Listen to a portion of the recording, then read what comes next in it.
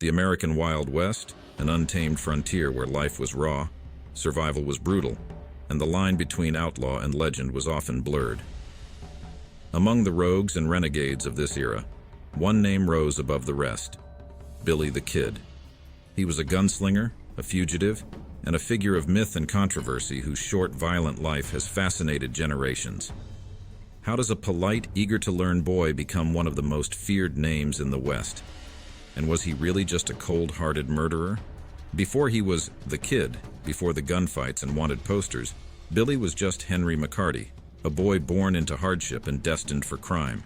But what tragedy turned Henry McCarty into Billy the Kid?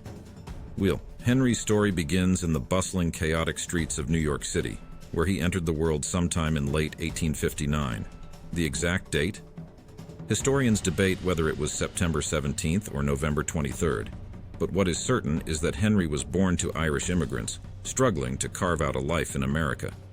His father remains a mystery, a shadowy absence in a life marked by instability. His mother, Catherine McCarty, was the family's rock, a resilient woman determined to provide for her two sons. When Henry was still a child, the McCarty family joined the Great Migration westward, leaving behind the crowded tenements of New York for the open plains and dusty towns of the frontier.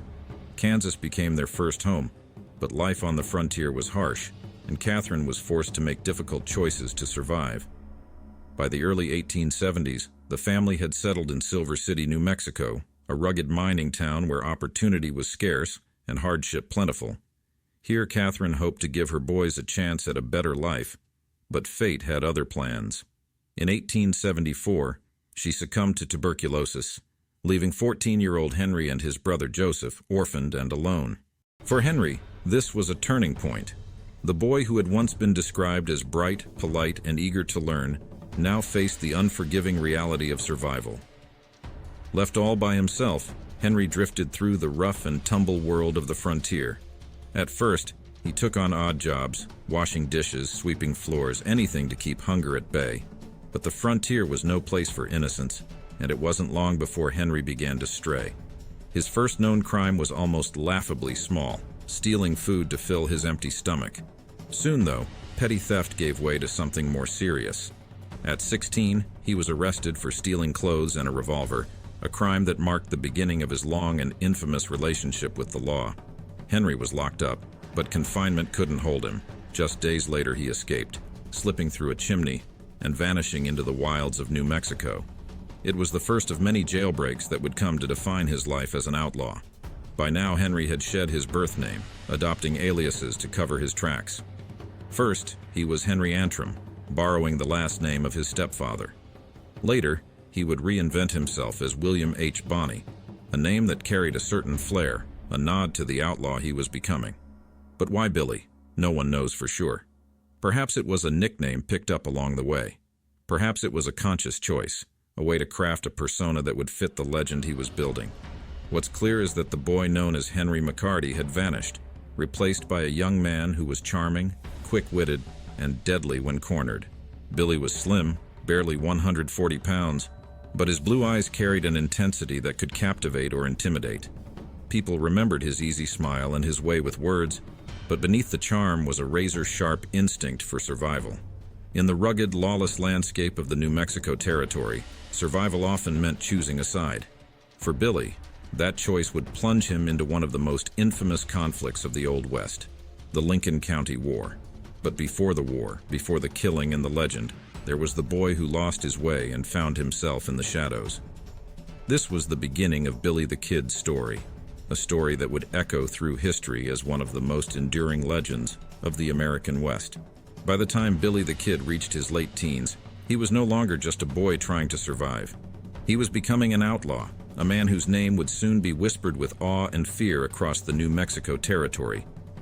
But how did this transformation take place? How did a scrappy, charming kid evolve into one of the most infamous figures of the Wild West? The answer lies in the chaotic, lawless world Billy inhabited.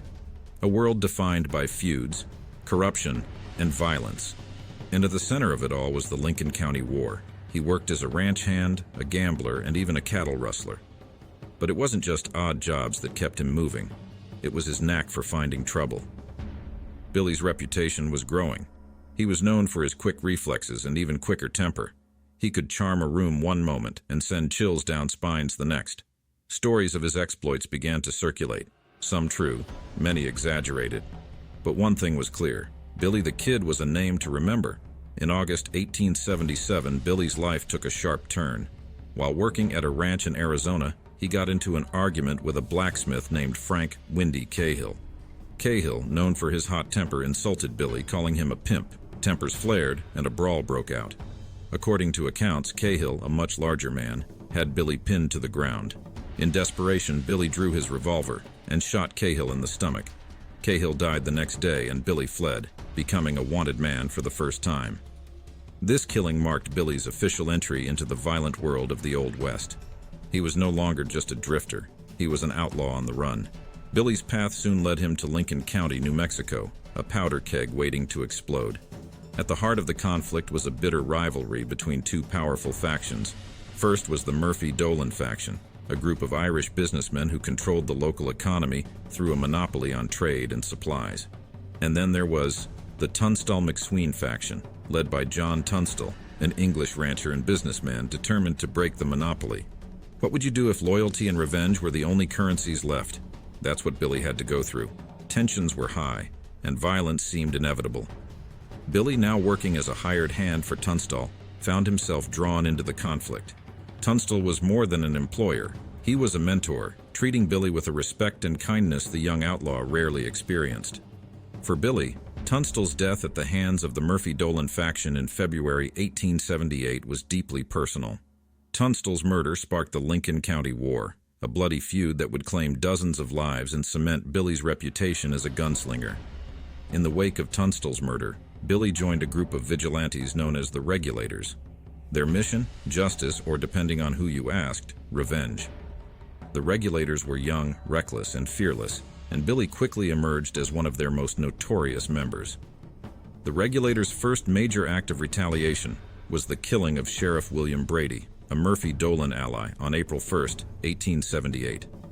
Billy and several other Regulators ambushed Brady and his deputy in the streets of Lincoln, gunning them down in broad daylight. For Billy, this wasn't just vengeance, it was war. The Lincoln County War escalated into a full-scale conflict, with both sides engaging in ambushes, shootouts, and betrayals. Billy was in the thick of it, earning a reputation as a deadly marksman and fearless fighter. But while the Regulators saw themselves as avengers of Tunstall's murder, their actions only added to the chaos, making them targets for both the law and their enemies. The climax of the Lincoln County War came in July 1878, during a 5-day siege in the town of Lincoln. Billy and a group of Regulators were holed up in a building, surrounded by Murphy-Dolan forces and their allies. For days, the two sides exchanged gunfire, with the town caught in the crossfire. The siege ended when U.S. Army soldiers intervened, setting fire to the building where Billy and his comrades were hiding. Billy escaped, slipping away under cover of darkness, but the Regulators' fight was effectively over. The Lincoln County War had come to an end, leaving a trail of blood and destruction in its wake. With the war behind him, Billy's life didn't quiet down. It grew even more noisy. Now a fugitive with a price on his head, he roamed the territory, stealing cattle, engaging in shootouts, and evading capture at every turn. Despite his growing notoriety, Billy remained a mystery. He was ruthless in battle, but had a code of loyalty to his friends. He could kill without hesitation, but was known to show kindness to strangers. Some saw him as a cold-blooded killer. Others saw him as a tragic figure shaped by circumstance. One thing was certain: Billy the Kid was a man who lived by his own rules, a product of a world where survival often meant breaking the law. Some claimed he had killed 21 men, one for each year of his life. Others portrayed him as a Robin Hood figure, standing up to the corrupt forces of the frontier. But behind the myth was a young man whose life was spiraling out of control. Billy's days were numbered, and he knew it.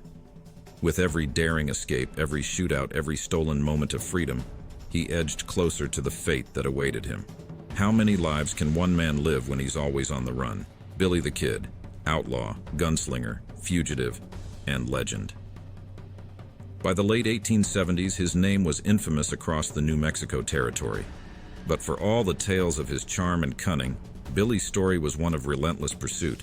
His life was a game of cat and mouse, with sheriffs, bounty hunters, and rival gunmen chasing him across the deserts and mountains. And as the game dragged on, Billy's freedom and his life were running out. After the Lincoln County War ended, Billy the Kid became one of the most wanted men in the West. His reputation as a skilled gunman and cunning escape artist made him both a legend and a target.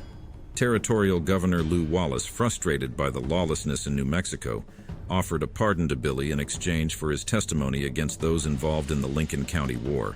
At first, Billy seemed willing to cooperate. In 1879, he met with Wallace and even provided testimony. But the pardon never came.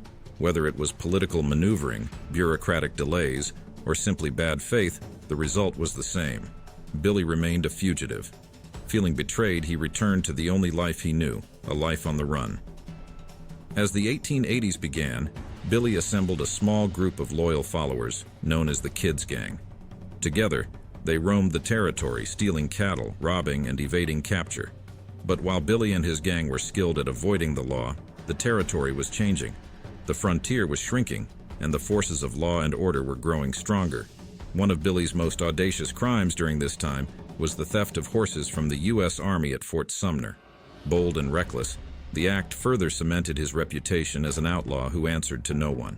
But Billy's luck couldn't last forever. In December 1880, Sheriff Pat Garrett, a man determined to bring law to Lincoln County, was elected.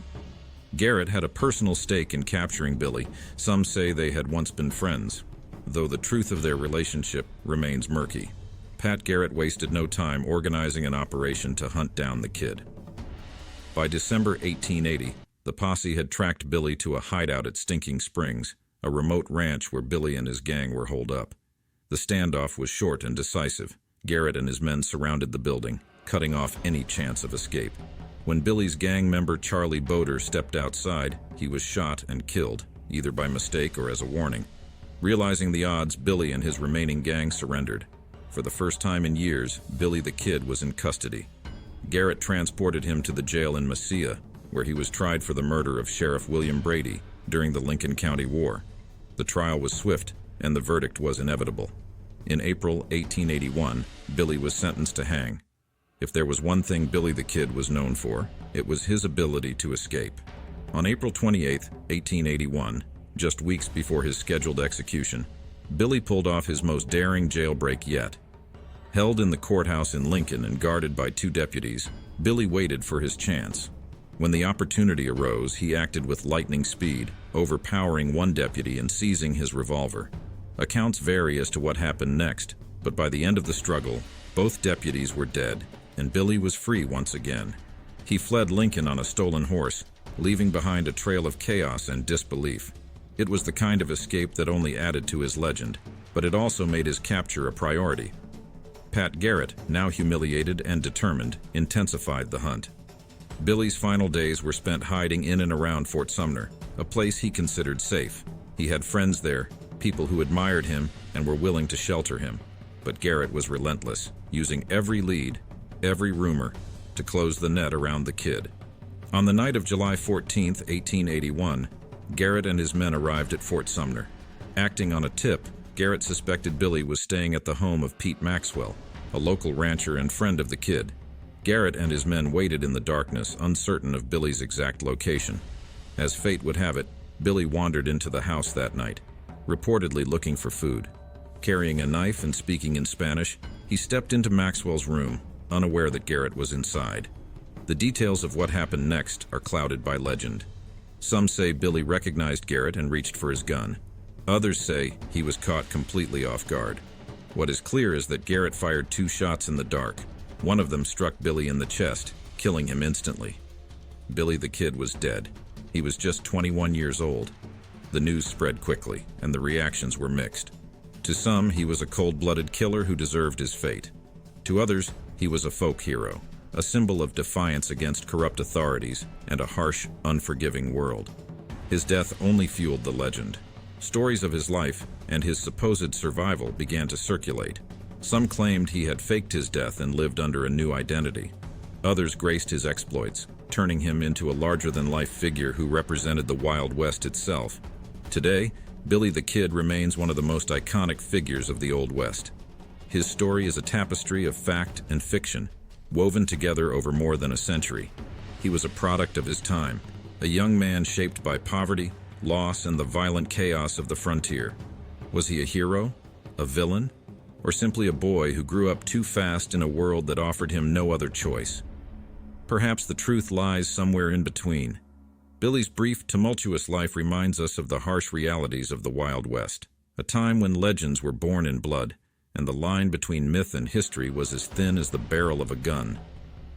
Billy the Kid's name endures, not because he was perfect or righteous, but because he was human, a flawed, fascinating figure whose story captures the spirit of an era long gone. And so ends the tale of Henry McCarty, William H. Bonney, and the boy who became Billy the Kid. A life lived fast, a legacy that will never die. How do you feel about Billy's story? Let us know in the comments. If you enjoyed watching the video, then don't forget to like, share, and subscribe. Also, please check out our previous videos as well, such as Mad Dog Call, the killer who crossed the line and paid the price.